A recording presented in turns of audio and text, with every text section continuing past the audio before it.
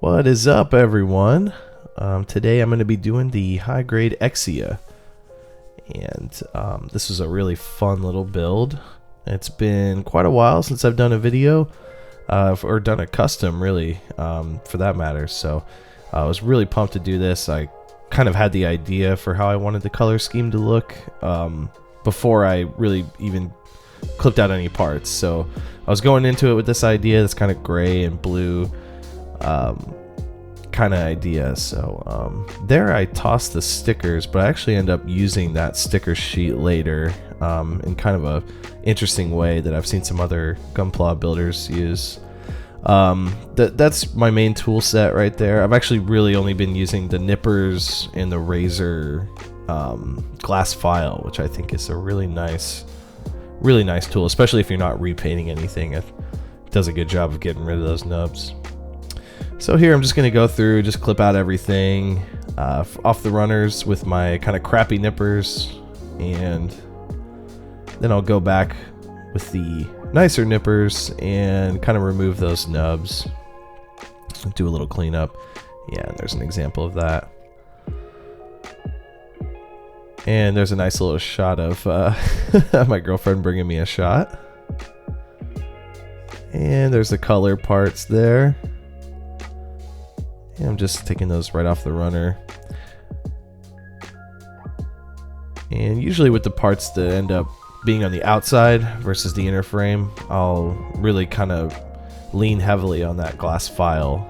I think it does a really nice job of cleaning that up. And once you kind of get used to it, it's really hard to move away from it. I feel like I really enjoy it. Yeah, and here's an example of that. Like I said, especially if you're not repainting these kits, this is a great tool because it does a really good job of getting rid of the nub and just leaving that kind of original color that the plastic is actually printed in.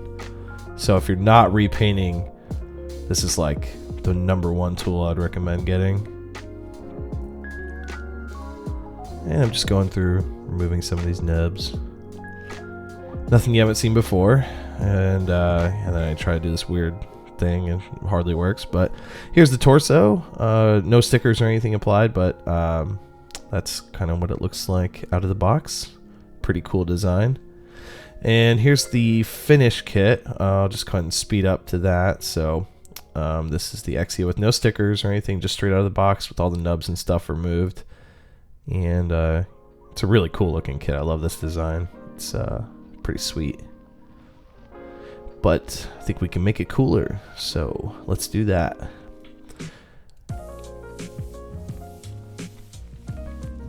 So here's all the pieces separated out. I've got them kind of situated in areas that I want to keep similar colors. I really did largely go with the original kind of separation that the kit did in terms of like color separation, but I changed it up in a few places that you'll notice. Sometimes I'll do it really differently than the original design, and sometimes I'll kind of stick mostly to it. But here I'm just going through, just priming it all with Mr. Surfacer white primer. It's really nice, does a really great job. And you can see all those pieces turn sort of a white color there. The blue is probably the hardest to really prime well because it really wanted to shine through. But here's the colors I'm going to be using for the kit. So I've got the G paints. I really like these lacquer paints, dark iron and gunmetal, and then some Mr. Color. I got a light blue and a light gray. These G paints are really nice, actually. I really enjoy spraying with these. They come airbrush ready too, so you don't have to thin them or anything like that. They're ready to go. They do produce kind of strong fumes, so if you're, I always wear a mask and gloves and stuff, but definitely would with this paint because I think it's pretty strong. But it does a great job. It covers really nicely and just looks really nice. This gunmetal is just one of my favorites too. It's just this really nice kind of deep silver, and just looks great. Obviously on weapons of any kind it would look really cool, but I'm actually doing it on the sort of the armor pieces, mostly the white pieces on the original turning this kind of like deep silver, and you can see right here it kind of shimmers too. It just looks so good. Love these paints.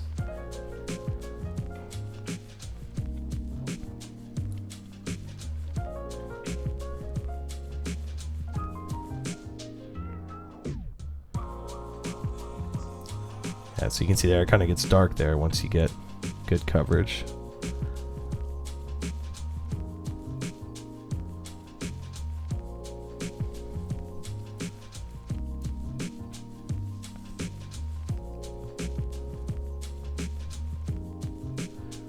And then next up I'm doing this kind of light gray. This is mostly going on the pieces that are blue in the original kit.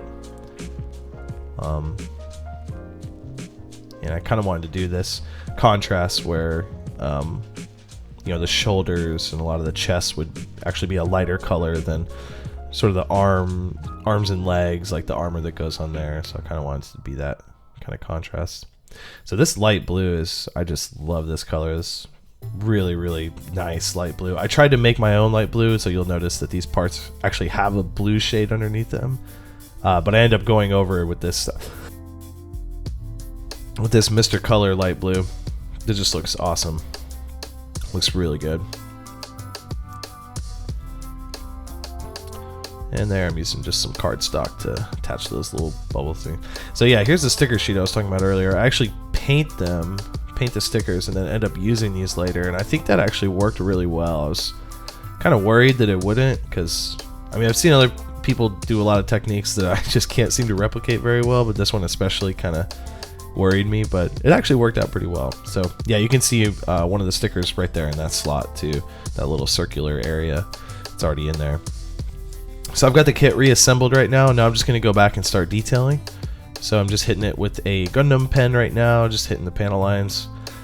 This step, I really messed this step up several times, so I didn't get a lot on camera because I had to go back and fix so much. But anyways, we're going to move on to the water slides. I have just a metric ton of water slides. I end up mostly going with these ones. G Rework is the company that makes these, I think. And just really like kind of black and red. I also have a sheet that's black and orange, but I decided to go with the red ones here because I wanted this kind of red blue. I mean, it's really just a highlight with the red, but I think it was the right choice. I ended up really liking it. And so you'll see me kind of put some of these water slides on. I'm adjusting them really lightly with the tweezers just to make sure they're in the right spot, and then cleaning up some of that mark setter. Try to get it as centered as I can. I'm not an expert with this stuff by any means, but I think these water slides turn out. I try to make a conscious effort not to put too many water slides on this kit. Sometimes I go really overboard and it can be a little distracting kind of.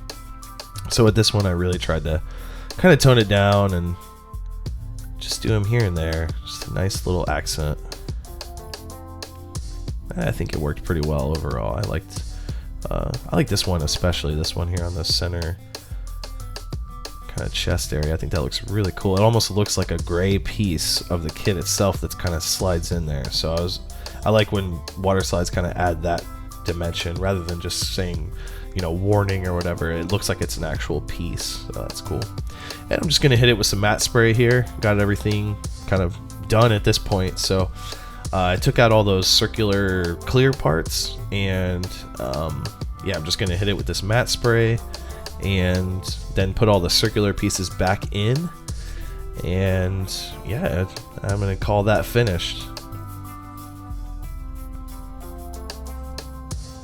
So we'll go ahead and roll some shots of the finished product. If you guys liked it, let me know in the comments. If you didn't like some artistic choices and you would have done something different, also let me know.